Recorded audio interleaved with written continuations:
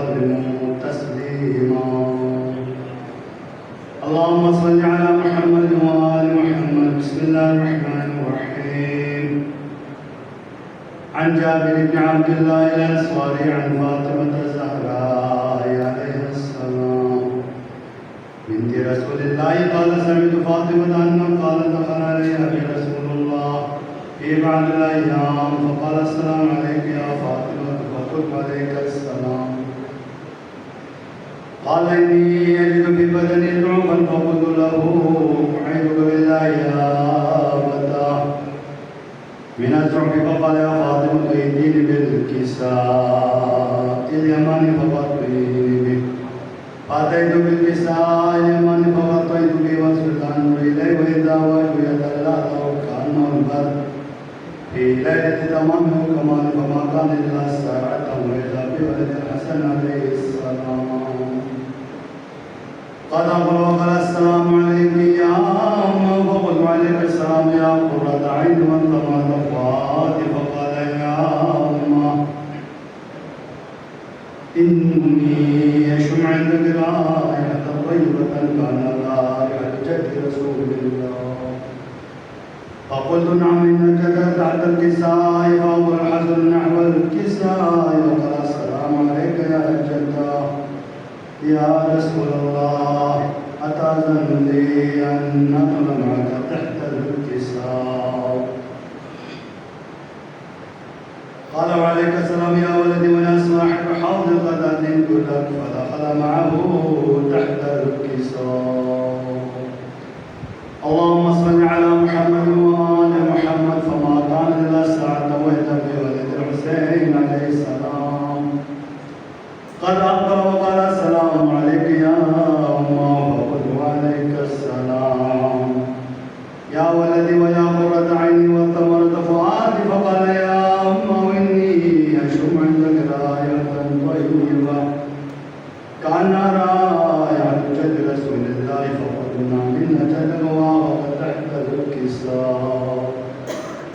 فدنا الحسين نحو الكساء وقال السلام عليك يا جدة والسلام عليك يا من اختاره الله أتأذن لي أن أدخل ما تحت الكساء؟ فقال عليك السلام يا ولدي ويا شافع أمتي قد أذنت لك. فدخل معهما تحت الكساء. اللهم صل على محمد وآل محمد. وأقبل عند ذلك أبو الحسن علي بن أبي طالب عليه السلام وقال السلام عليك يا بنت رسول الله. فقلت وعليك السلام يا أبا الحسن ويا أمير المؤمنين. فقال يا فاطمة إني أشم عندك رائحة طيبة كان رائحة أخي وابن عمي رسول الله. فقلت نعم ها ومع ولديك تحت الكساء. فأقبل على نحو الكساء وقال السلام عليك يا رسول الله أتأذن لي أن أكون معكم تحت الكساء؟ قال له عليك السلام يا أخي ووصفي وخليفتي وصاحب لرفقة لك. فدخل علي تحت الكساء. اللهم صل على محمد وآل محمد. ثم أتيت نحو الكساء وقلت السلام عليك يا أبتاه يا رسول الله أتأذن لي أن أكون معكم تحت الكساء؟ قال وعليك السلام يا بنت ويا أبت قد أذنت لك. فدخلت تحت الكساء فلما اكتملنا جميعا تحت الكساء أخذ برسول الله بطرفي الكساء وأومى بيد اليمنى إلى السماء وقال اللهم إن هؤلاء أهل بيتي وخاصتي وحرامتي لحمهم لحمي ودمهم دمي يؤلمني ما يؤلمهم ويحزنني ما يحزنهم. أنا محب لمن حارب مسلم لمن سالمهم وعدو لمن عاداهم محب لمن أحبهم إنه مني وأنا منهم. فاجعل صلواتك وبركاتك ورحمتك وغفرانك ورضوانك عليه وعليهم وأزل عنهم الرجس والرهيب وطهرهم تطهيرا. اللهم صل على محمد وآل محمد. فقال الله عز وجل: يا ملائكتي ويا سلطان السماوات لما خلق سماء مبنية ولا أرض مكية ولا قمر ولا شمس مضية ولا فلك يدور ولا بحر يجري ولا فلك يسري إلا في محبة هؤلاء الخمسة الذين هم تحت الكساء. فقال لهم جبرائيل: يا رب، ومن تحت الكساء؟ فقال عز وجل: هم أهل بيت النبوة ومعدن الرسالة، هم فاطمة وأبوها وبعلها وبنوها. اللهم صل على محمد وآل محمد. فقال جبرائيل: يا رب، أتأذن لي أن أهبط إلى الأرض لأكون معهم؟ سادسا فقال الله: نعم، قد أذنت لك. فهبط الأمين جبرائيل وقال: السلام عليك يا رسول الله. العلي الأعلى يدعوك السلام ويخصك بالتحية والإكرام ويقول لك: وعزتي وجلالي إني ما خلقت سماء مبنية ولا أرض ملحية ولا قمر منيرا ولا شمس منية ولا فلك يدور ولا بحر يجري ولا فلك يسري إلا لأجل محبتكم. وقد أذن لي أن أكون معكم فهل تأذن لي يا رسول الله؟ فقال رسول الله عليه السلام: يا من وحي الله، إنه نعم قد أذنت لك.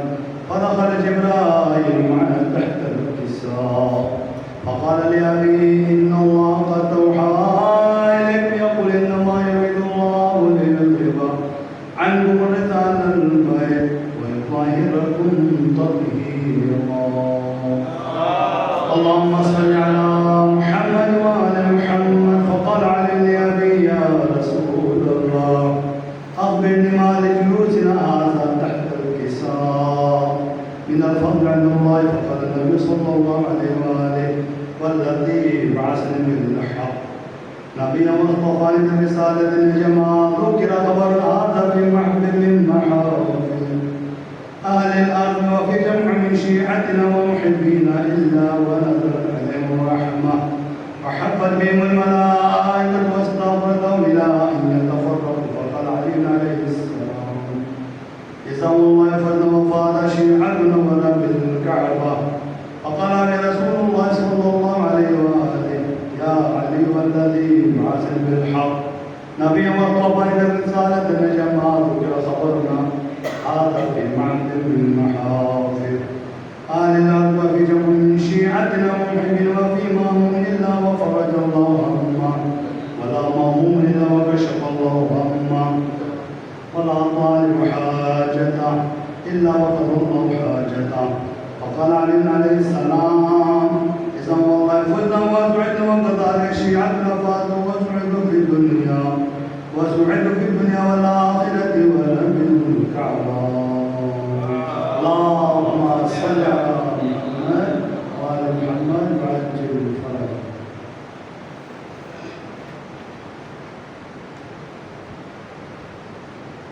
واجب الصلاة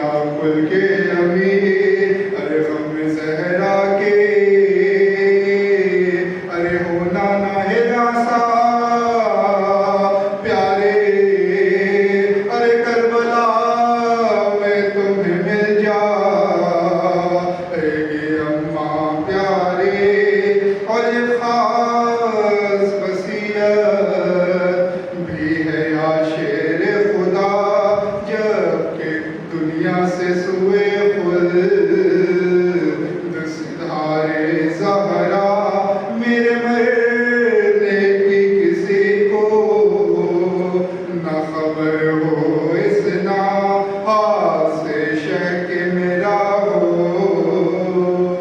سلو کفن ہو مولا، ارے میری میت کو بھی ارے دیکھے نہ زمانہ سائے، ارے پردے شب میں جنازے کو اٹھانا سائے، اور مرتضیٰ روتے تھے دلبر پیغمبر کو ادھر، بیٹیاں سینہ سر پیٹ کے روتی تھی ادھر، اور پین سے زینب کلثوم کے پڑتا تھا جگر، رو کے ہر بار یہ کہتی تھی کہ ہے مادر، ارے اب کہاں ڈھونڈنے ارے جائیں تمہیں پیاری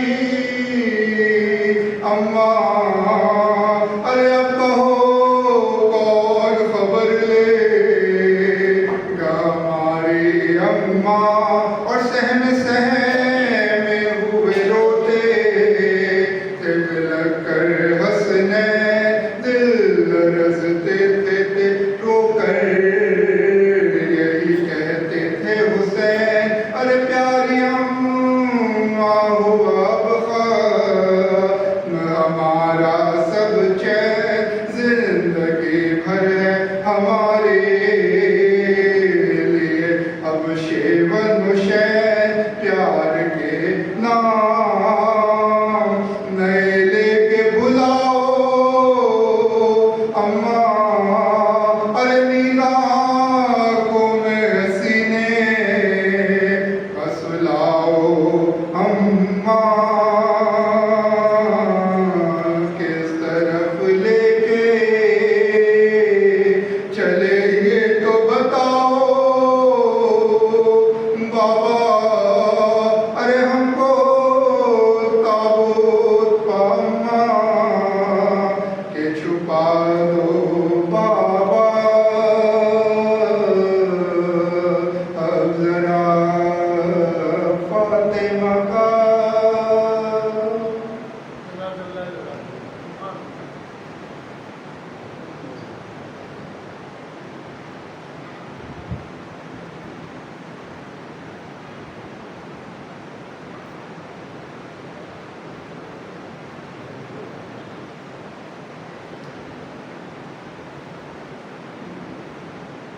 اور محمد و آل محمد صلوات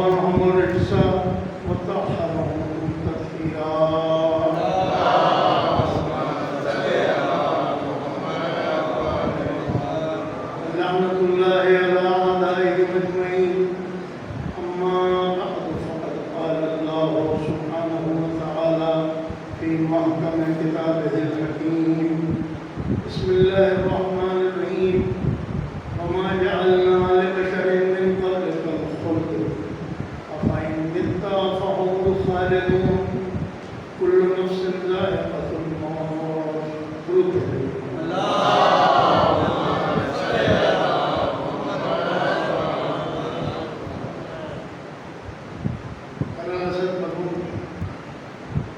چلے گئے اور سب نے بھی جانا ہے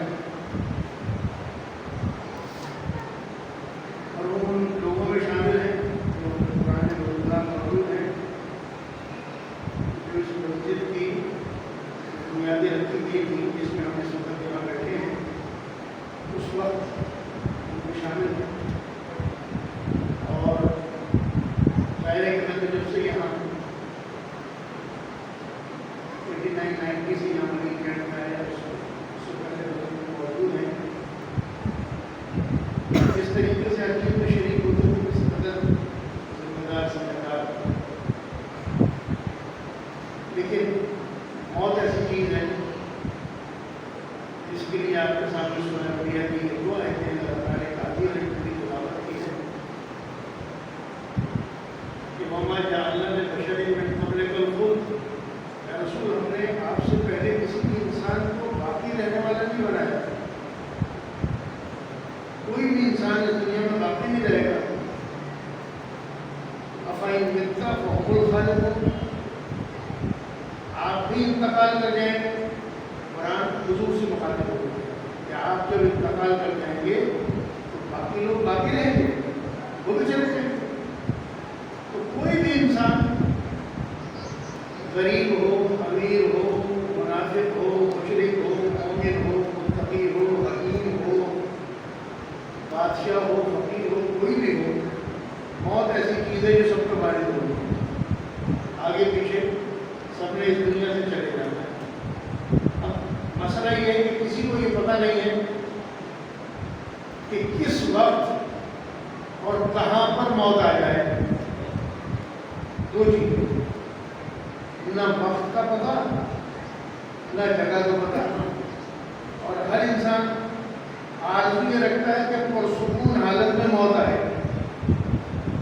سکون کے ساتھ موت آ جائے لیکن نہ وقت کا پتہ ہے نہ جگہ کا پتہ ہے تو اس کا یہ ہی طریقہ ہے کہ ہر وقت میں اور ہر جگہ میں موت کے لیے انتظار کیا جائے کہیں بھی آ جائے کسی بھی وقت آ جائے کوئی مسئلہ نہیں ہے اسی لیے عیسیٰ علیہ السلام کو جلد میں 14 ایام میں فاطمے گزرے اور آج ایک روایت کے مطابق امام سجاد امام زلوالدین علیہ السلام ولادت کا دن بھی گزرا ہے اور بیوی کی شہادت کے ایام گزر رہے چل رہے تو میرا ارادہ یہ ہے کہ اپنی طرف سے کچھ بھی کہے بغیر چند جملے الفاظ محمد علیہ السلام کے صحیفہ سجادیہ کے امام سجاد کے وہ کلمات جو موت کے سلسلے میں ہیں اور جناب سیدہ سلام اللہ علیہ کے خطبے سے کچھ الفاظ مرحوم کی روح کے اصال کے لیے ہدیہ کر دیے جائیں تاکہ پروردگار عالم ان کی جو آخرت کی اور برزخ کی منزلیں ہیں ان کو ان کے لیے آسان کر دیں آپ درود بھیج دیجیے محمد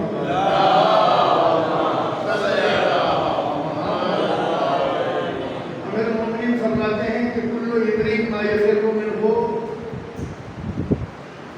جو کوئی شخص کلو ابریک ما یفر منہ فی فرار جو کوئی شخص موت سے فرار اختیار کرتا ہے در حقیقت اس کو جا کے پکڑ لیتا ہے اس کا استقبال کر رہا ہوتا ہے موت سے جتنا بھاگ رہا ہوتا ہے در حقیقت وہ موت ہی کی طرف بڑھ رہا ہوتا ہے عجیب جملہ ہے اب اس کی شرح کو علماء نے لکھا ہے ہم روڈ کراس کرتے ہیں دیکھ کر لیکن یہ معلوم نہیں ہوتا کہ روڈ کے اوپر ہی ہماری موت لکھی ہے ہم دوا کھاتے ہیں کہ اس سے بچ جائیں گے زندگی دراز ہو جائے گی لیکن یہ معلوم نہیں ہوتا کہ اسی دوا کے اندر ہی ہماری موت لکھی ہے ہاسپٹل جاتے ہیں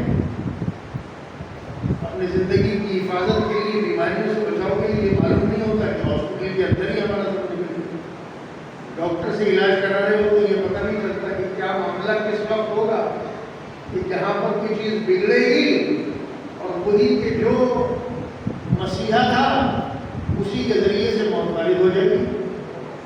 اس لیے یہ چیز ہے کہ کل امرئ ما یفر منہ فی فرارہ، جو انسان جتنا زیادہ اس سے بھاگ رہا ہوتا ہے، اور یہ فطرت میں ہے ظاہر ہے کہ جب انسان کو کوئی تکلیف آئے گی تو اس سے بچاؤ کرے گا، اس لیے اسے چاہ لیتا ہے. اس لیے مولا فرماتے ہیں کہ استعدوا للموت، موت کے لیے ہر وقت تیار ہو. جو میں نے آپ سے کہا کس وقت آ جائے، کہاں آ جائے، اب جب ہر وقت ہر مکان میں ہر وقت انسان تیار رہے گا کہیں بھی آ جائے تو اس کو کیا کرنا ہوگا؟ سب سے پہلے کہ کوئی بھی بوجھ اس کے کاندھے میں نہ ہو. کسی کے پیسے دینے، کسی کو کوئی بات کرنی ہے، بچوں کو یہ بات بتانی تھی، بیوی کو یہ بات بتانی تھی، فلاں فلاں یہ کام رہ گئے تھے، کوئی بھی کام ایسا نہ ہو کہ جس کو یہ سوچے کہ بتانا ہے باقی. جیسے انتقال کے بعد بہت ساری باتیں پتہ چل رہی ہوتی ہیں اور پتہ ہی نہیں چلتی، اس کے بعد بھی انتقال کے بعد پتہ چل رہا ہوتا ہے کہ اس کی شادیاں کتنی کی گئی تھی، بچے اور کتنے تھے، پیسے کتنے اکاؤنٹس میں کہاں کہاں رکھے ہوئے تھے، اور ایسی بہت سی چیزیں جو ہم اور آپ سب کے درمیان جو لوگ جاتے ہیں ان کے انتقال کے بعد پتہ چل رہی ہوتی ہے. اس لیے جو تاکید ہے وہ اس چیز کی ہے کہ دیکھو اپنے آپ کو ایسا ہلکا پھلکا رکھو کہ تمہارے اس دنیا سے جانے کے بعد نہ تمہارے دل پہ کوئی حسرت ہو کہ یہ چیز بتانے سے رہ گئی. اور جن چیزوں کے بارے میں یہ جو موت کی دو لمحے ہیں نا، ایک تو موت کا آنا، موت کیسے وارد ہوتی ہے، اور پھر موت کے بعد کہ جب وہ آ گئی اس کے بعد کے جو مراحل، دو ہی مرحلے ہیں کہ موت کیسے آتی ہے اور اس کے بعد کیا مرحلے ہوتے ہیں. اب یہ ایسی چیز ہے کہ خود آپ حیرت کریں، امیر المومنین کی ضرورت لگی ہوئی ہے، جس طرح علالت پر ہے، اس وقت جو آپ نے کلمات ارشاد فرمائے ان کو جا کے ذرا نہج البلاغہ میں دیکھ لیں، جو خود میں ہے آپ کہ خود آپ نے ارشاد فرمایا کہ میں نے کتنا ہی وقت، مولا کے جملے کا ترجمہ ہے، کتنے ہی دن، کتنے ہی ایام میں نے اس راز کے سمجھنے میں گزارے کہ موت کی حقیقت کیا ہے، لیکن خدا نے یہ چاہا کہ اس کے اوپر پردہ ہی پڑا رہے. آپ تصور کر سکتے ہیں اس کی کلی حقیقت، جبکہ ہم اور آپ سب یہ سمجھتے ہیں، جانتے ہیں، اور ہمارا عقیدہ و ایمان ہے کہ موت کے وقت جب تک کہ امیر المومنین کی انسان زیارت نہ کر لے اس کی منتقلی مکمل ہی نہیں ہو سکتی. لیکن خود مولا یہ فرمایا. اس لیے ہر آدمی نے، اگر آپ کو مطالعے کا ذوق ہے تو آپ تو نیٹ پر ہی اویلیبلٹی ہر چیز کی ہے، آپ اس کو دیکھیں کہ جتنے لوگوں نے موت کے بارے میں، کیونکہ سب کو موت آ رہی ہے، دیندار ہو یا بے دین ہو، سب نے موت پر ریسرچ کی ہے کہ موت ہے کیا، اور وہ سب انسان کے بدن کے اندر جتنے بھی ایلیمنٹ ہیں وہ سب کہتے ہیں کہ جب موت آتی ہے تو وہ ڈیزالو ہونے لگتے ہیں. مادی چیز ہے نا، مادی کے اندر جب ڈیزالو ہوتی ہے ہر چیز، اس کے اندر آگ کو پانی میں بجھایا جائے یا ہوا کو کسی اور چیز کے اندر یا کوئی اور، تو اس طریقے سے جب وہ بکھرتا ہے انسان کا جسم، تو جیسے آپ مختلف چیزوں کے تجربات کرتے ہیں، انہوں نے مسمدات سے بیان کیا ہے، لیکن قرآن اس کو یہ بیان کرتا ہے کہ باقی سب باتیں الگ ہیں. قالوا اذا زللنا في الموت انا لفی خلق جدید، وہ کہتے ہیں جب ہم مر جائیں گے تو یہ رسول کہتے ہیں، حضور کی طرف حضور کے نام لے کے کہتے، یہ قرآن کہتا ہے کہ ہمیں دوبارہ زندہ کر دیا جائے. قل یتوفاکم ملک الموت الذی وکل بکم، ان سے کہہ دو کہ ملک الموت جو ہے جو تمہاری روح قبض کرے گا وہ تمہیں پورا کا پورا لے لے گا. وکل بکم کا مطلب ہے تمہیں پورا کا پورا لے لے گا. اب مجھے آپ بتائیں پورا کا پورا کہاں لیا اس کو؟ آدمی کا جسم تو سامنے پڑا ہوا ہے، اس کے اہل و عیال، اس کے بچے، اس کے سب گریا کر رہے ہیں، سامنے موجود ہے اس کا جسم. اور قرآن کہہ رہا ہے کہ پورا کا پورا لے لے گا.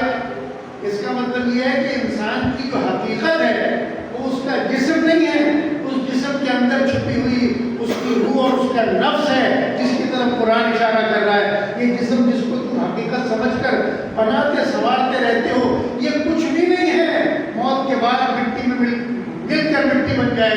لیکن جو تمہاری حقیقت ہے وہ کہیں موت سے گم شدہ نہیں ہوتی، گم نہیں ہوتی. ہمارا فرشتہ پورا کا پورا تمہیں لے کر خدا کی بارگاہ میں پیش کر دیتا ہے. درود بھیج دیجیے محمد والا.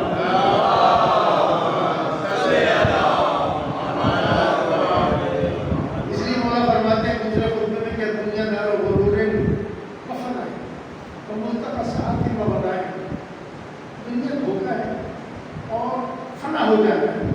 تو ملتقى ساعات میں بتائیں یہاں 1 گھنٹے کی ملاقات ہے. آپ جس کی جتنی بھی عمر ہے، میں بھی آج اس عمر میں پہنچ کر جب پیچھے پلٹ کے دیکھتا ہوں تو چاہے وہ جب سے ہوش سنبھالا ہے پرائمری اسکول کی باتیں، جو ماضی بعید ہوتا ہے، جو گزر گیا پرانا زمانہ، وہ عام طور پر لوگوں کو یاد رہتا ہے، اور جو ماضی قریب ہوتا ہے 2 مہینے کی بات کو بھول جاتا ہے. لیکن بہت بچپنے کی باتیں یاد رہتی ہیں آدمی کو. میں بچہ تھا، کون سے اسکول میں پڑھتا تھا، کون کون سی باتیں ہوتی تھیں، وہ آدمی کو یاد رہتی ہیں. تو آپ جب پلٹ کے دیکھتے ہیں تو ایسا لگتا ہے کل گزرا ہے یہ زمانہ، کل گزرا ہے. مولا یہ فرما رہے ہیں یہاں 1 گھنٹے کی ملاقات ہے آپس میں ایک دوسرے سے، اور پھر جدا ہو جائے.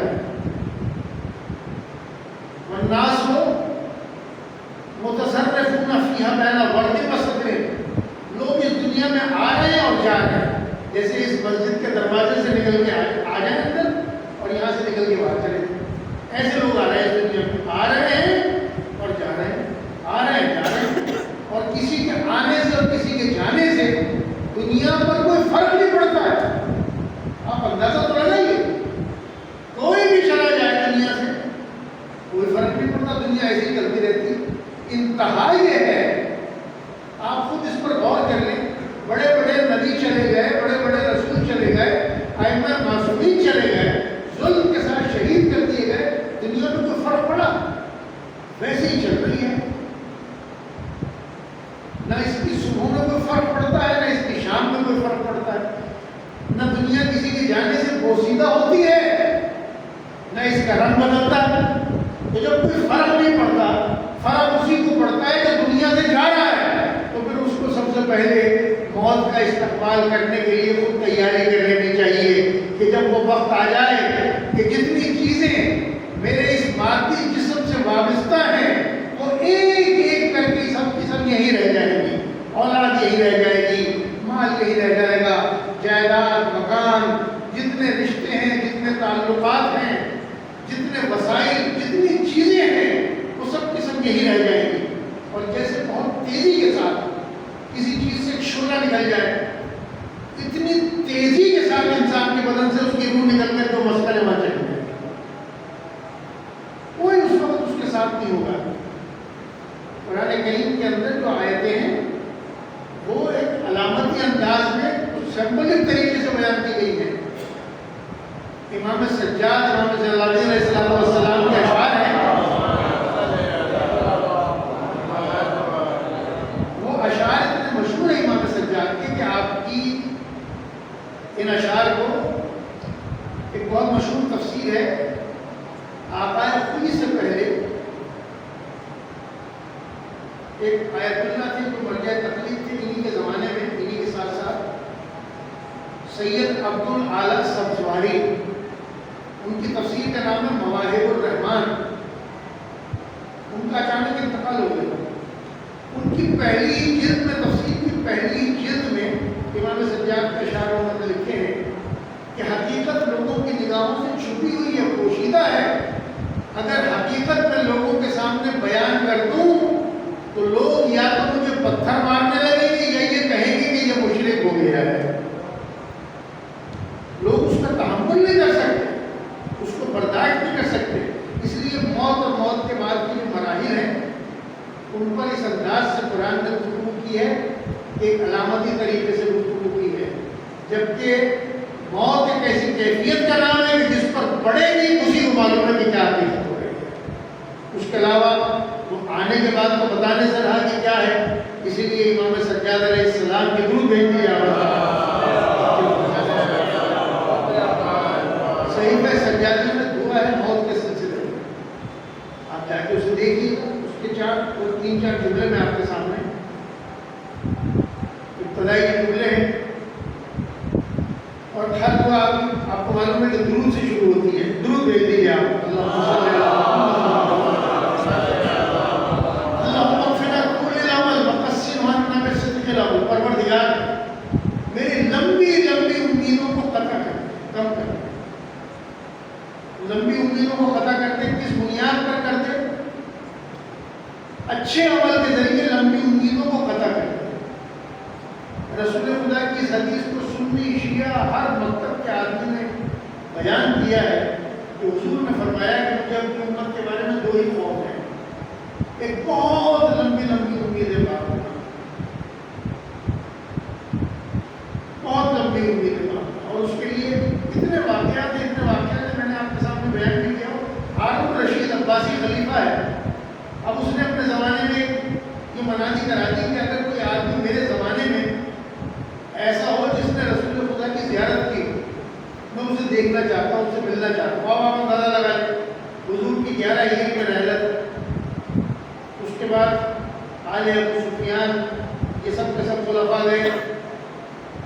خلفاء کے بعد آل ابو سفیان پھر آل مروان، اس کے بعد میں بنو عباس آ گئے. ان میں بھی سب سے پہلے ان کا ابو العباس صفا منصور دوانی کی، اس کے بعد ہارون. کتنا لمبا زمانہ گزر گیا، لیکن لوگوں نے ڈھونڈ ڈانٹ کے کہیں ہے کہ بہت ہی بوڑھے کو ڈھونڈ لیا. وہ ایسا تھا کہ جیسے ابھی اس کا انتقال ہو جائے گا، اتنی ضعیفی کے عالم میں تھا. لیکن اس کو گود میں اٹھا کے لیا ہارون کے سامنے.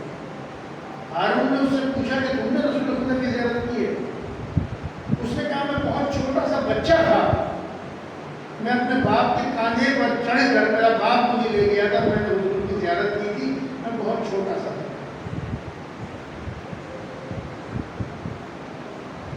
ہارون نے کہا تمہیں کچھ بات یاد ہے جو حضور نے کہی؟ تو کہا ایک بات یاد ہے. حضور نے یہ فرمایا تھا مجھے اپنی امت میں بس اس کا خوف ہے کہ لمبی لمبی امیدیں بہت باندھے گی میری امت.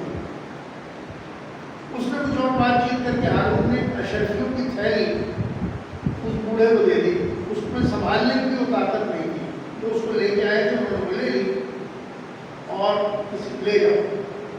تو اسے وہ لے کر جب چلے تو دروازے پر، ہارون کے دروازے پر جو اس کے دربار کا دروازہ تھا وہاں تک پہنچا تو اس نے ان سے کہا بوڑھے نے کہ مجھے ذرا واپس لے چلو، مجھے ایک بات کرنی ہے، میں بھول گیا تھا. ہارون سے بات کرنی ہے. تو اسے واپس پلٹا کے لایا. تو اس نے ہارون سے پوچھا کہ مجھے سوال یہ کرنا تھا کہ یہ تحریک بس آج ہی ملی ہے یا ہر سال ملا کرے گی؟ ہارون نے زور سے تہلکا مارا اور اس نے کہا کہ میں یہ گمان کر رہا تھا کہ یہ شاید دروازے تک پہنچے گا، پورا تو مر جائے گا، اتنا ضعیف ہے، لیکن اسے میں ہر سال یہ تھیلی کی ضرورت ہے. اور حدیث بھی مجھے کون سی سنا کے گیا ہے؟ درود بھیج دیجیے محمد.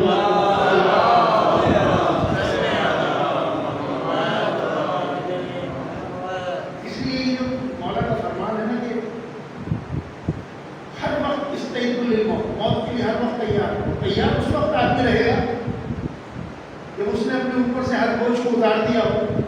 تو مسئلہ ہی نہیں، جہاں بھی جس وقت چاہے آ جائے اور جہاں چاہے آ جائے. اس لیے مولا فرماتے ہیں وقت طول العمر، امام سجاد مقصر ہونا میں صدق العمر حتی لا معاملہ دیکھیے. آپ جا کے اس کو غور کیجیے گا، جا کے شرح پڑھ لیجیے گا. حتی لا معاملہ استتمام ساعت بعد ساعات ولا استیفا یوم بعد یوم ولا لہک قدم بقدم ولا نفس بنفس. یہاں تک کہ میں تمنا نہ کروں کہ آج کے بعد دوسرا دن بھی آئے گا، ایک قدم اٹھانے کے بعد میں دوسرا قدم بھی اٹھاؤں گا، ایک سانس لینے کے بعد میں دوسرا سانس بھی لوں گا. میرے لیے ایسے عمل کا ذخیرہ جمع کر دے پروردگار کہ میری امیدوں کو قطع کر دے. موت کے لیے مجھے بالکل آمادہ و تیار. وجعلنا بین ایدینا نصب، موت کو میرے سامنے نصب کرتے. ایسا نہ ہو کہ میں کبھی کبھار موت کے بارے میں سوچا کروں جب کسی کے اصالے ثواب میں جاؤں. ہر وقت موت میرے سامنے رہے. جب ہر وقت موت سامنے رہے گی تو اس وقت انسان کو ہر برے کام کی طرف بڑھنے سے موت کا تصور خود بخود روک لیتا. اور اب میں آپ کے سامنے اس کی میں کیا وضاحت پیش کروں گا، لیکن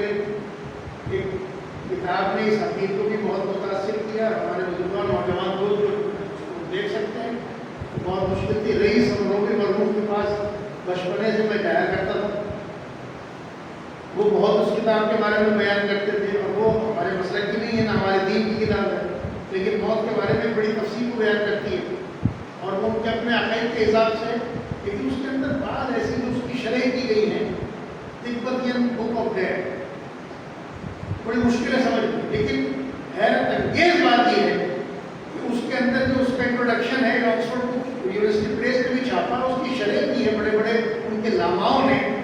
اس میں حیرت انگیز طور پر وہ الفاظ نقل کیے ہیں کہ جو ان کے لاما کے اور ان کے پرانے بدھسٹ لوگوں کے ہیں, کہ اگر ان کے وہ جو ان کے سورسز اور انہوں نے جو اپنے الفاظ اپنے ناموں سے بیان کیے ہیں, اگر وہ نام اس میں سے نکال دیے جائیں تو آپ یہ سمجھیں گے کہ جیسے میں آپ کو امیر المومنین علی ابن ابی طالب کا کلام سنا رہا ہوں.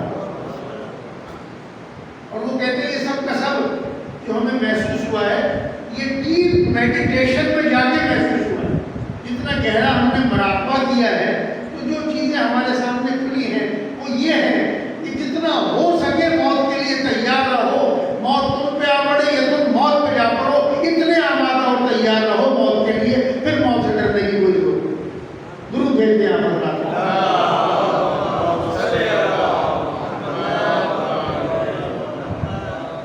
بس یہ موت کا تذکرہ ہو گیا. اور جیسے کہ میں نے آپ کے سامنے بیان کیا کہ انڈیا میں فاطمیہ جناب فاطمہ زہرا سلام اللہ علیہا,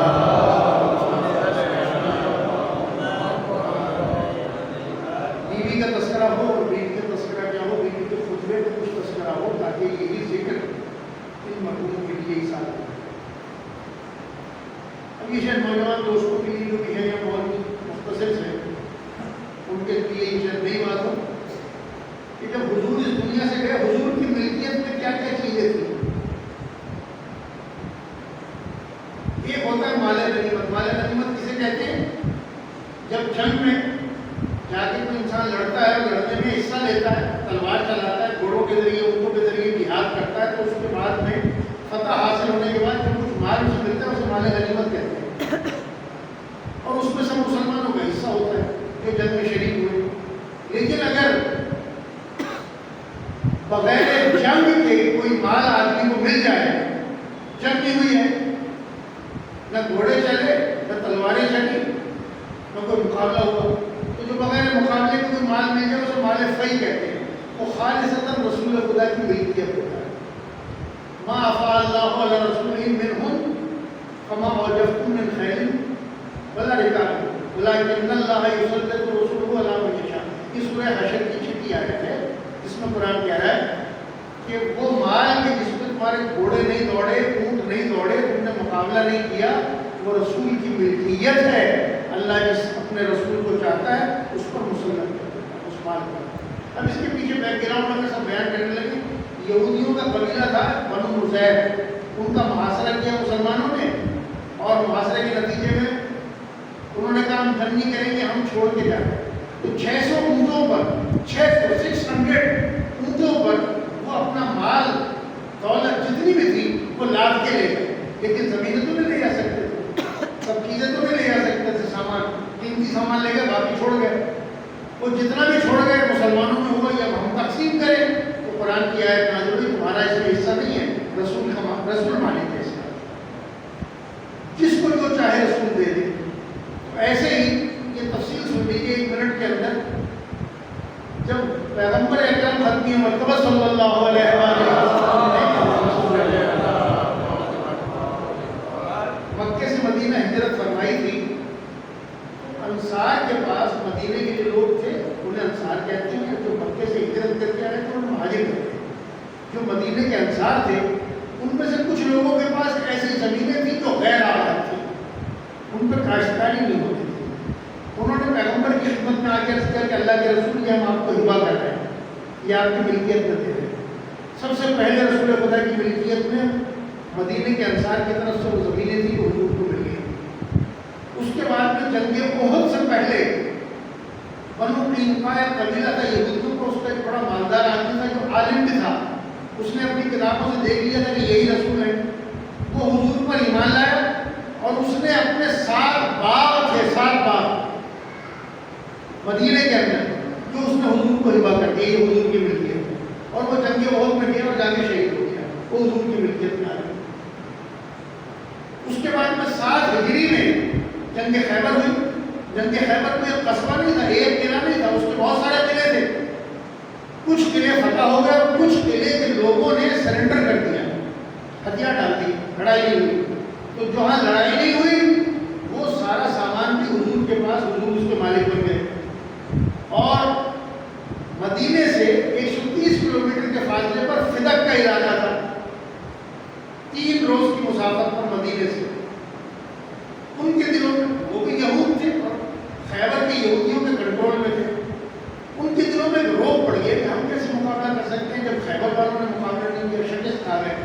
تو وہ حضور کی خدمت میں انہوں نے کہا کہ آپ ہم سے معاہدہ کر لیں، ہم آدھا فدق آپ کی ملکیت میں آپ کو دے رہے ہیں، اور آپ ہمیں مقرر کر دیں، ہم آپ کے ملازم کی حیثیت سے اسی آدھے فدق پر زراعت کریں گے اور اس کا آپ سے معاوضہ لیں گے، جو بھی کچھ ہے وہ سال کا آپ کو پیش کر دیں گے۔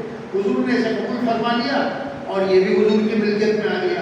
یہ ساری چیزیں حضور کی ملکیت میں تھی حضور کی رحلت سے پہلے، اور اس میں سے حضور نے جو زمینیں تھیں اور کچھ باغات تھے اس یہودی مفریق کے، اس میں سے کچھ چیزیں صحابی رسول نے حضرت عبد الرحمن ابن عوف کچھ اس کو دی، کچھ ازواج رسول میں تقسیم کی، کچھ اور لوگوں کو جن کے تاریخ میں نام ہے۔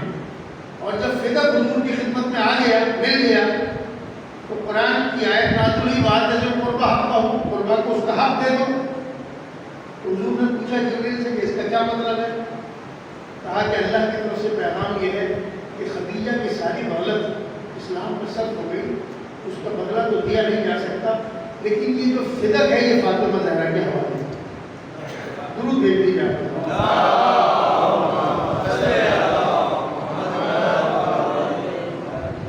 حضور نے فدق جناب سیدہ کو دے دیا۔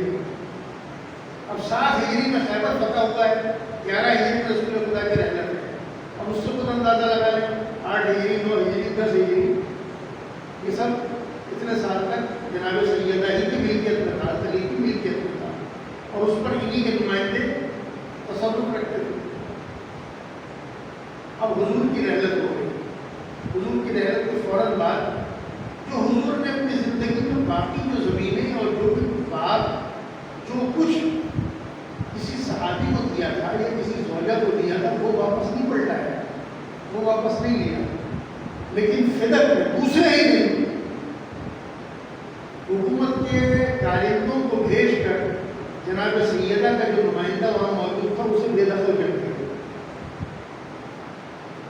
اس کے نتیجے میں جناب سیدہ آئی، اب وہ فقط ایک فدق کا باغ لینے کے لیے نہیں آئی تھی، بلکہ فدق کے پیچھے در حقیقت چونکہ اللہ کے حکم پر رسول خدا نے عطا کیا تھا، تو اگر یہ مقدمہ یہاں نمٹ جاتا تو پھر اس کے پیچھے مقدمہ جو تھا وہ ولایت کا تھا اور امامت کا تھا، کہ جو اللہ کے حکم پر رسول خدا نے امیر المومنین کو نصب کیا تھا۔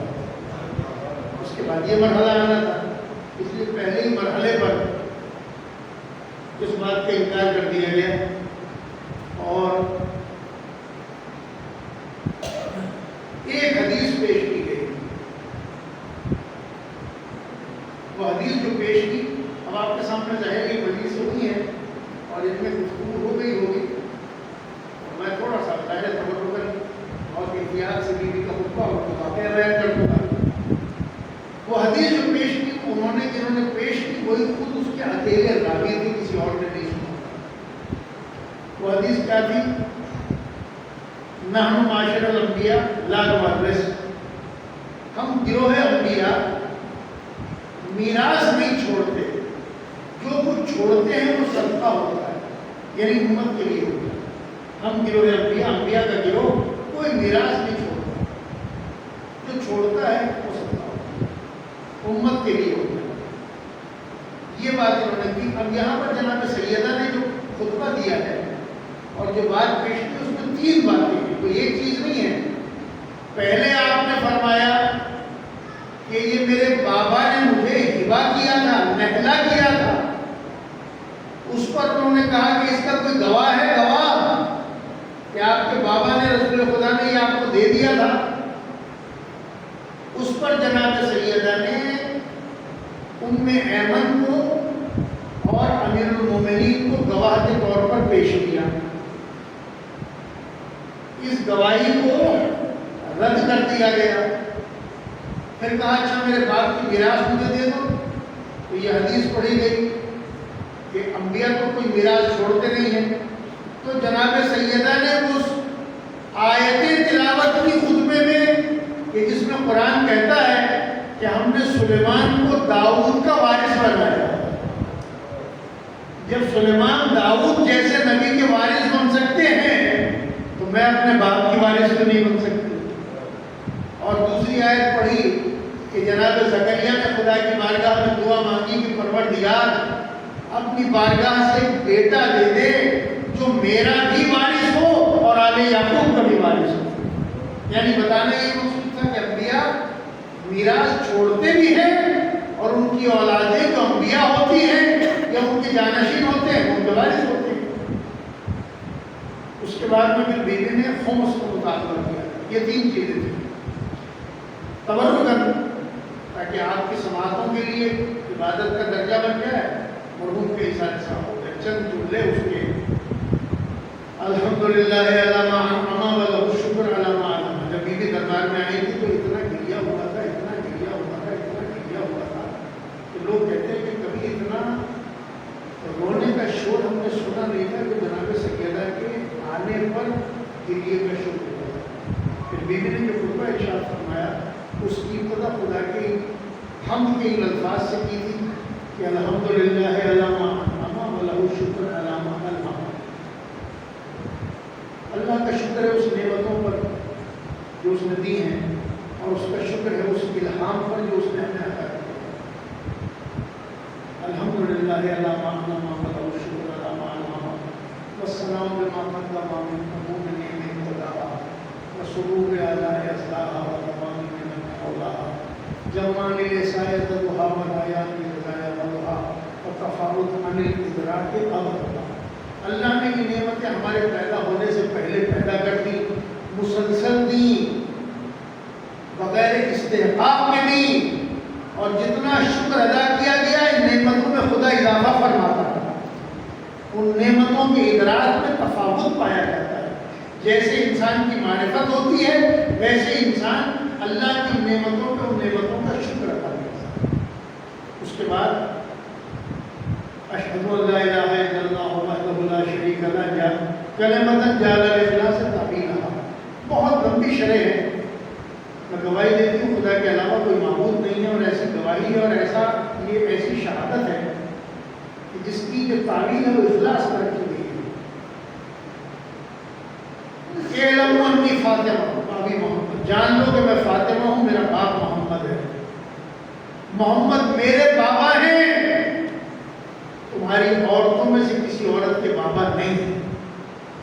یہ جملہ بیوی کا ہے, وہ ٹکڑے کا ہے. اس کے بعد بیوی نے جتنے شریعت کے احکام ہیں ان احکام کو اور ان کی حکمتوں کو بیان کیا. فجعل اللہ الایمان تطہیرا لکم من الشرک, اللہ نے ایمان کو اس لیے واجب کیا کہ تمہیں شرک سے پاک کرے. نماز کو اس لیے واجب کیا تمہیں تکبر سے پاک کرے. پیشانی سجدے میں زمین پہ جب رکھو گے تمہارے اندر سے تکبر دور ہونا شروع ہو جائے. روزے کو تمہارا اخلاص جانچنے کے لیے اللہ نے واجب کیا. ماں باپ کے ساتھ حسن سلوک کو اس لیے واجب کیا کہ خدا کے غضب کو خاموش کرا سکے. اگر اللہ تم سے ناراض ہے اور ماں باپ کے ساتھ حسن سلوک کرنے لگو, اللہ کی ناراضگی راضی ہونے میں بدل جائے. صلۃ الارحام منساتن فی العمر ومماتن بالعدل, اللہ نے صلہ رحم کو اس لیے واجب کیا کہ تمہاری عمر میں برکت ہو جائے اور تمہارے خاندان میں اضافہ ہو. ہر چیز کی حکمت کو بیان کیا. اور اس کے بعد پھر نام لے کر آپ نے نام لے کر ایک سوال کیا کہ تو اپنے باپ کا وارث ہو جائے اور میں فاطمہ اپنے باپ کی وارث نہ ہوں. کہا یہ کون سا دین تم لائے ہو, یہ الفاظ بیٹی میں, یہ کون سا دین تم لائے ہو؟ کیا قرآن کے علاوہ کوئی دوسری کتاب اختیار کر لی ہے, اس پر ایمان لا چکے ہو؟ جواب نہیں تھا. بیوی نے گریہ کیا. ظاہر خطبہ بہت طویل ہے اور بزرگوں کے جو اقوال قدیم زمانے سے اس خطبے کی شرح میں آئے ہیں اس میں یہ انہوں نے تاکیداً عرض کیا ہے، لکھا ہے کہ اپنے بچوں کو اس خطبے کی تعلیم دو، بچوں کو گھر میں پڑھاؤ اس خطبے تاکہ ان کے لیے یہ بات آ جائے. امیر المومنین جناب سیدہ کو گھر پہنچا کر واپس تشریف لائے اور آپ نے آنے کے بعد کچھ سوال کیے. بس اسی سوال کے بعد آپ کی زحمت تمام کر دوں گا. ایک مرتبہ دودھ بھیج دیجیے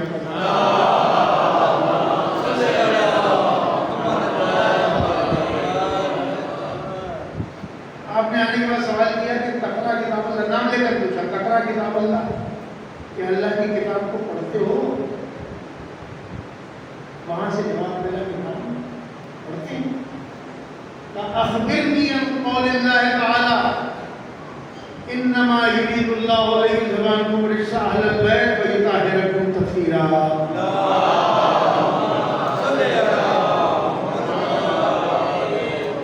فی من نزلت فینا وفی غیرنا. یہ جو آیت تطہیر آپ نے تلاوت فرمایا، آپ نے پوچھا یہ مجھے بتاؤ کہ یہ جو آیت تطہیر ہے یہ کس کے بارے میں نازل ہوئی ہے؟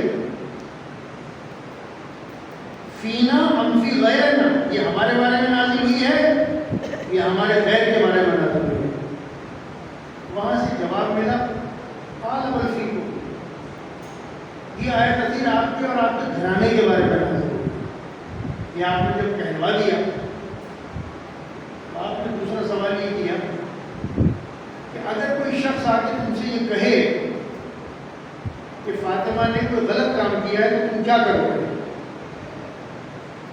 وہ آگے یہ گواہی دے کہ فاطمہ نے کوئی غلط کام کیا، تم کیا کرو گے؟ یہ انہوں نے جواب دیا کہ میں ان پہ حد جاری کر دوں گا، جیشوں اور مسلمان عورتوں پہ جاری کروں گا. جناب امیر المومنین علیہ السلام نے فرمایا اگر تم نے ایسا کیا تو تم خدا کے نزدیک کافر ہو جاؤ گے.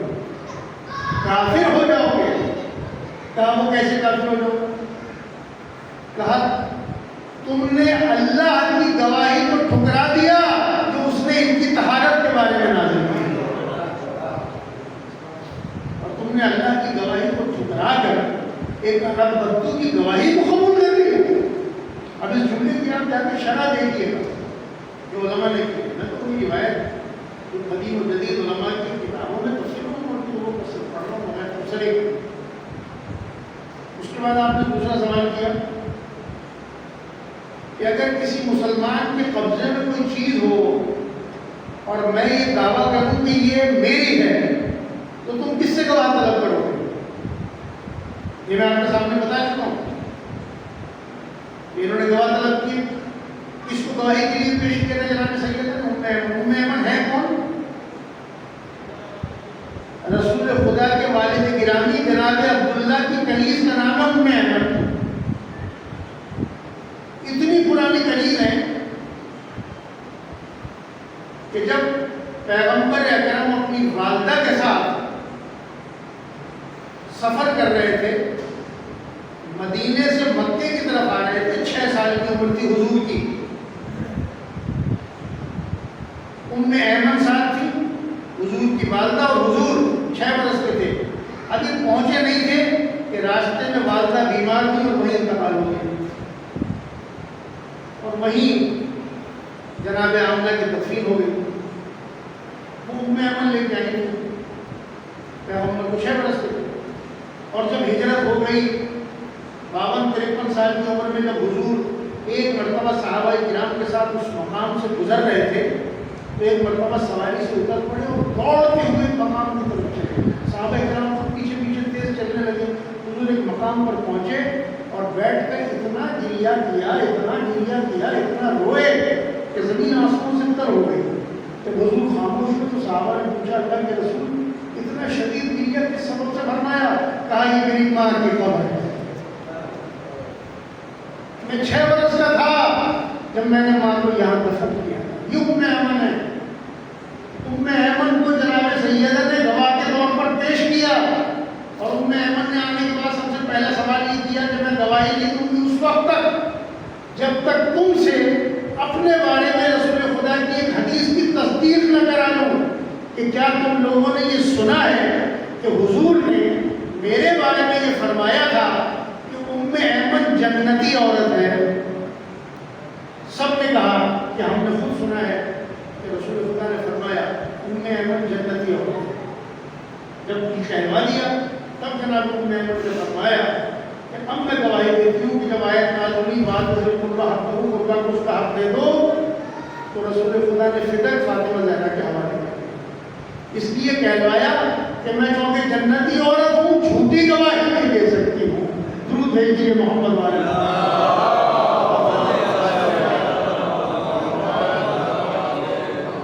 اس کے بعد جناب امیر علیہ السلام آئے تو جناب امیر نے بھی بالکل ایسی گواہی دی جیسے جناب ام ایمن نے دی تھی۔ اس لیے جناب امیر نے یہ سوال کیا کہ اگر کسی مسلمان کے قبضے میں کوئی چیز ہو اور میں یہ دعویٰ کروں کہ میری ہے تو تم کس سے گواہ طلب کرو گے؟ کہیں انہوں نے کہا آپ سے گواہ طلب کریں گے، کیونکہ آپ نے دعویٰ کیا اس چیز کے بارے میں جو دوسرے کے قبضے میں ہے۔ تو آپ نے سوال کیا پھر تم نے فاطمہ زہرا سے گواہ کیوں طلب کی اس چیز کے لیے جو خود ان کے قبضے میں تھی؟ وہ خود گواہ پیش کرنے چاہیے تھے۔ یہاں پر کوئی جواب نہیں تھا اور آپس میں چلے گوئیاں شروع ہو گئی۔ امیر المومنین وہاں پر تشریف لے گئے۔ پھر اس کے بعد یہ تفسیر حکم میں ہماری جتنی بھی کتابیں ہیں قدیم و جدید ان سب میں یہ روایت موجود ہے، اور اس میں یہاں سے زیادہ امیر حکم کی ایک حساسیت ہوتی ہے ظاہر ہے۔ اس میں پھر کہیں پر کسی مقام پر کسی گھر میں یہ روایت تفسیر قمی، یہ غیبت صغریٰ ہماری تفسیر قمی کے جو مفسر ہیں وہ غیبت صغریٰ کے ہیں، ان کی تفسیر 2 جلدوں میں تفسیر قمی، اس میں یہ روایت لکھی ہوئی ہے۔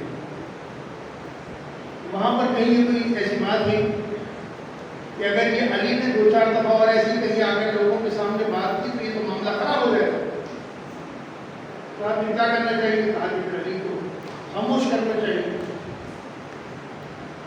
یہ آپس میں کسی بات کے بارے میں کوئی بحث مباحثہ ہوا، اسماء بنت امیس نے وہ گفتگو سنی اور انہوں نے اپنی کنیز سے کہا، سورہ قصص کی ایک آیت ہے جو اپنی کنیز کو کہی، سنائی، یاد کروائی اور کہا کہ جا کر یہ آیت علی کو سنا دے۔ وہ آیت کیا تھی؟ ان الملائکۃ یأمرون بک لیقتلوک فاخرج انی لک من الناصحین۔ جناب موسیٰ کے قتل کی سازش فرعون کے محل میں تیار ہو رہی تھی۔ مومن آل فرعون دوڑتا ہوا آیا اور اس نے جناب موسیٰ سے جو کہا اسے قرآن بیان کرتا ہے، ان الملائکۃ یأمرون بک، یہ بڑے لوگ تمہارے قتل کی پلاننگ کر رہے ہیں، فاخرج، یہاں سے نکل جاؤ، میں تمہیں نصیحت کرنے والا ہوں۔ کنیز نے جا کر یہ آیت سنائی، جناب امیر نے فرمایا اللہ تبارک و تعالیٰ کا عمل پورا ہو کے رہے گا اور وہ اپنی کوئی بھی سازش کامیاب نہیں ہونے دے گا، کسی کی بھی سازش کامیاب نہیں ہونے دے گا۔ درود بھیج دیجیے محمد والے۔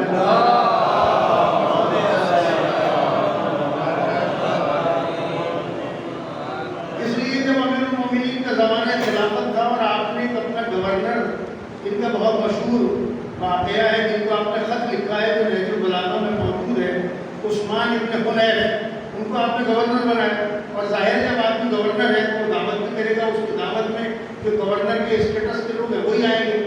تو امیر المومنین کو پتہ چلا کہ بصرے کا جو گورنر ہے میرا، اس نے دعوت کی اور دعوت میں بڑے بڑے لوگ آئے ہیں اور غریبوں کو وہاں سے بھگا دیا ہے۔ تو امیر المومنین نے خط لکھا، وہ خط نہج البلاغہ کی زینت ہے، اور اس میں آپ نے لکھا کہ مجھے معلوم ہوا کہ تم نے دعوت کی، اس میں بہت بڑے بڑے لوگ آئے اور اس میں غریب لوگوں کو بھگا دیا گیا۔ مجھے یہ گمان نہیں تھا کہ علی کا نمائندہ ایسے لوگوں کو دعوت پر بلائے گا اور غریبوں کو اپنے مقام سے دھتکار دے گا۔ اور اس خط میں جو آپ نے تحریر فرمایا وہاں فدق کی بات کو تحریر کیا، اور آپ نے فرمایا کہ ہمارے پاس آسمان کے نیچے ایک فدق تھا جس پر کچھ لوگوں کی رائے ٹپکی تو دوسرے فریق نے بھی کوئی تعرض نہیں کیا اور اسے جانے دیا، کوئی مظاہرہ نہیں، اسے جانے دیا۔ یہ وہ سورسز ہیں جو فدق کے بارے میں نہج البلاغہ کے اندر بھی امیر المومنین کی گفتگو کو بیان کرنے والے ہیں۔ درود بھیج دیجیے محمد۔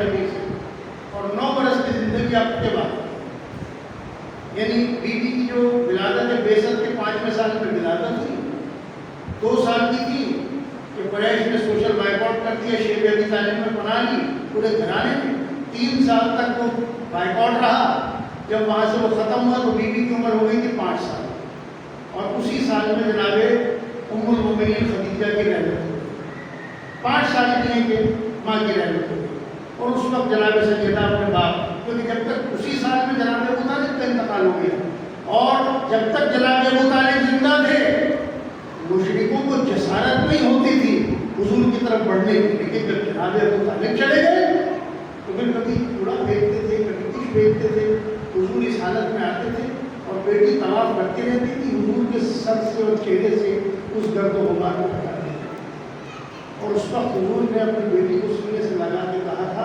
انت میں ابھی ہاں، اے میری بیٹی تو اپنے باپ کی ماں ہے۔ 8 برس کی تھی، مکے سے مدینے ہجرت کی تھی،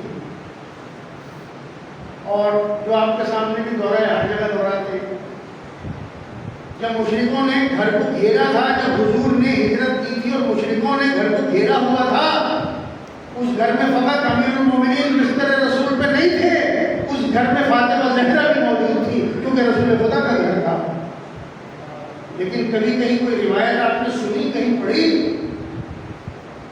کہ بیوی نے گریہ کیا ہو اس طرح سے، خوف سے رونے لگی ہو جب مشرک گھر میں آ گئے تھے؟ جیسی شجاعت امیر المومنین کی تھی ویسی شجاعت جناب فاطمہ زہرا کی تھی۔ درود بھیج دیجیے محمد والے محمد۔ 3 فاطمہوں کو لے کر جناب امیر نے ہجرت کی تھی، اپنی والدہ جناب فاطمہ بنت اسد، فاطمہ بنت زبیر اور جناب فاطمہ زہرا سلام اللہ علیہا۔ اور ہجرت کرنا کوئی اتنا آسان نہیں ہوتا تھا، بس آپ کو جناب تمام کی ہجرت کرنا کوئی اتنا آسان نہیں تھا کہ لوگ چلے جائیں سیدھے، سڑک کھلی ہوئی ہے، مزاحمت ہوتی تھی، مشرک روکتے تھے، کتنی مشکل کے ساتھ امیر المومنین نے مقابلہ کر کر تینوں بیویوں کو بحفاظت مدینے پہنچایا، اور تمام عالم اسلام تاریخی اعتبار سے بات ہے، اس میں کوئی شیعہ سنی کی کسی فیصلے کی بات نہیں ہے۔ جب مکہ فتح ہوا تھا تو حضور نے فرمایا تھا کہ سب کو آپ معافی ہے، لیکن 3 لوگ ایسے ہیں جنہیں معافی نہیں ہے، اگر وہ خانہ کعبہ کے پردے سے لپٹے ہوئے بھی نظر آ جائے تو ان کو قتل کر دیں۔ سب کو معافی ہے لیکن ان 3 کو نہیں۔ ان میں ایک آدمی کون تھا، دوسرا کون تھا؟ ایک آدمی وہ تھا جو حضور سے، حضور کی بیٹی منسوب ہے جناب زینب، وہ جو مکے سے مدینہ ہجرت کر رہی تھی وہ حاملہ تھی، اور اونٹ کے اوپر تھی، اوپر مہمان رکھا ہوا تھا، راستے میں مشرکوں نے نیزہ اندر ڈال کر اس محمل میں جناب زینب کو اتنا خوفزدہ کیا، اتنا خوفزدہ کیا کہ ان کا بچہ سقط کر گیا اور ان کی جان بڑی مشکل سے بچی۔ حضور نے فرمایا وہ مشرک جس نے نیزے سے جناب زینب کو ہراساں کیا تھا، سب کو معافی ہے، اس کو معافی نہیں ہے۔ اور ایک وہ مشرک تھا کہ جو حضور کے گھر میں مخصوص لکڑیوں کے ذریعے سوراخ کر کے کوشش کیا کرتا تھا کہ حضور کی لائف کو، حضور کی پرائیویٹ لائف کو دیکھے۔ اس کے لیے حضور نے فرمایا تھا کہ اس کے لیے معافی نہیں ہے، اور ایک جو کتابت میں جو وحی نازل ہوتی تھی اس میں الٹ پھیر کر دیا کرتا تھا، قرآن کی آیت نازل ہوتی ہے، اور وہ کون لوگ تھے اور کس طریقے سے تھے اور کس کے رشتے دار تھے، یہ جا کے آپ تعریف میں دیکھیں کہ بعد میں انہیں کس طریقے سے نوازا گیا تھا۔ بہرحال ایک سوال ہے بس یہ کہ جناب حضور سے منسوب عالم اسلام جس بیٹی کو مانتا ہے جناب زینب، ان کے بچی کو، جو بچہ جن کا حمل ثابت ہو گیا، اس مشرک کے ڈرانے کی وجہ سے جب مکے سے مدینہ ہجرت کر رہی تھی اور حضور نے کہا، حضور نے فرمایا اس کے لیے کوئی معافی نہیں ہے۔ تو حضور کی جو لفظ جگر ہو، حضور کی جو جان ہو، جو رسالت کا ٹکڑا ہو، فاطمہ زہرا سلام اللہ علیہ، اگر ان کا محسن شہید ہو جائے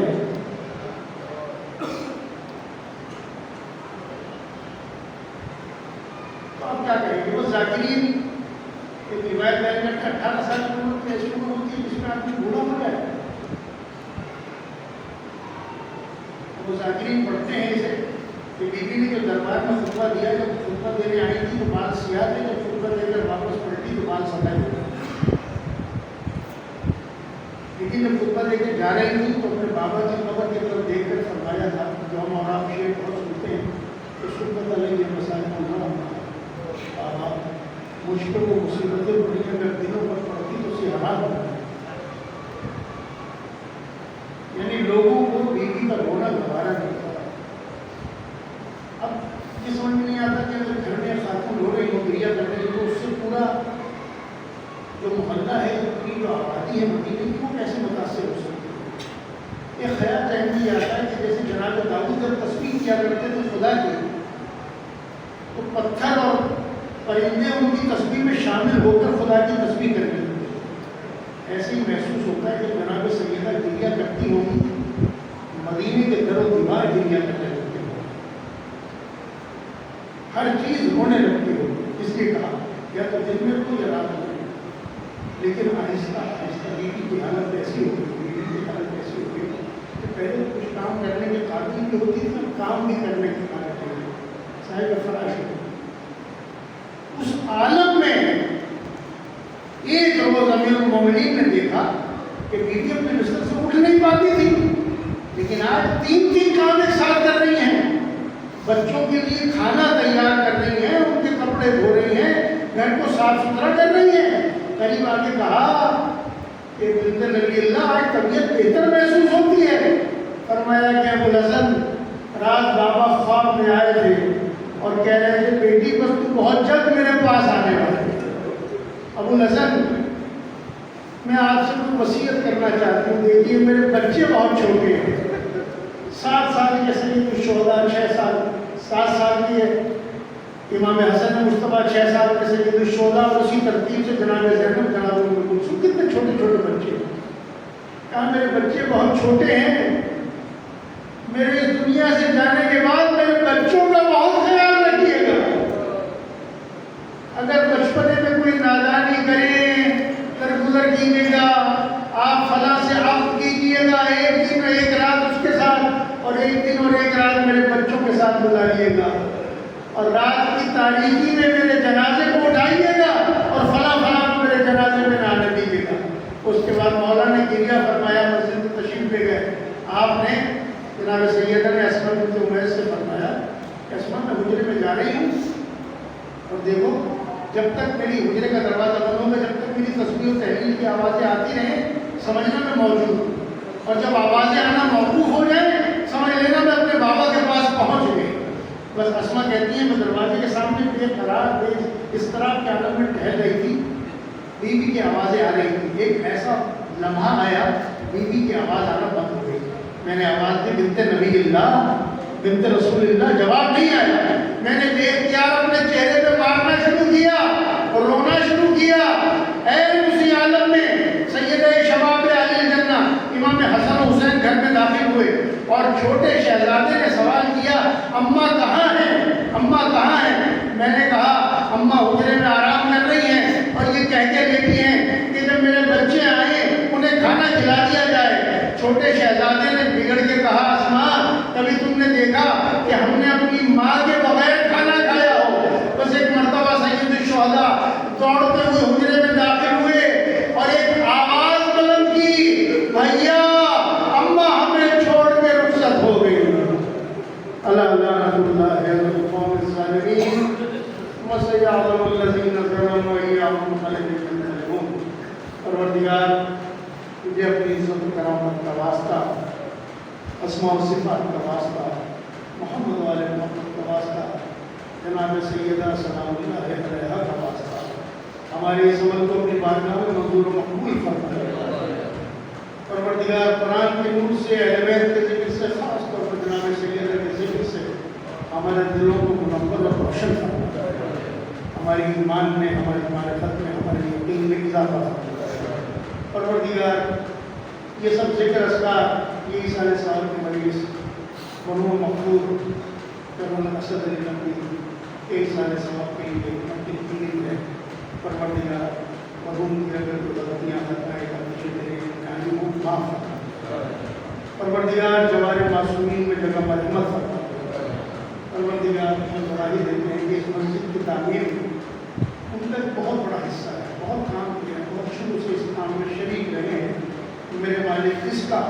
اور جو بھی انہوں نے کاری خیر کی وہ سب کا بہترین اجر و ثواب انہیں عطا فرما پروردگار ہم سب کے جو مرحومین اس دنیا سے چلے گئے ہیں میرے مالک اگر اپنے کسی دنیا بند کی پکڑ میں ہوں گے مذہب کی سختیوں میں ہوں میرے مالک ان کی تمام سختیوں کو اہل بیت کی مضمونیت کا واسطہ راحت و سکون سے تبدیل فرما دے پروردگار ہماری زندگی کے تمام امور میں کشادگی خیر و برکت عطا فرما پروردگار ہماری تمام حاجتوں کو اپنی بارگاہ میں قبول و منظور فرما امام کے ظہور میں تعجیل فرما ہمیں امام کے امام کے ساتھ میں شمار فرما دے ایک سورہ فاتحہ متوازن کی سورہ توحید اور پھر ایک دوبارہ مثال کر دیجیے پر وہ مقبول کرنا اللہ صلی اللہ علیہ وسلم بسم اللہ الرحمن الرحیم الحمد للہ رب العالمین الرحمن الرحیم مالک یوم الدین ایاک نعبد و ایاک نستعین اهدنا الصراط المستقیم صراط الذین انعمت علیہم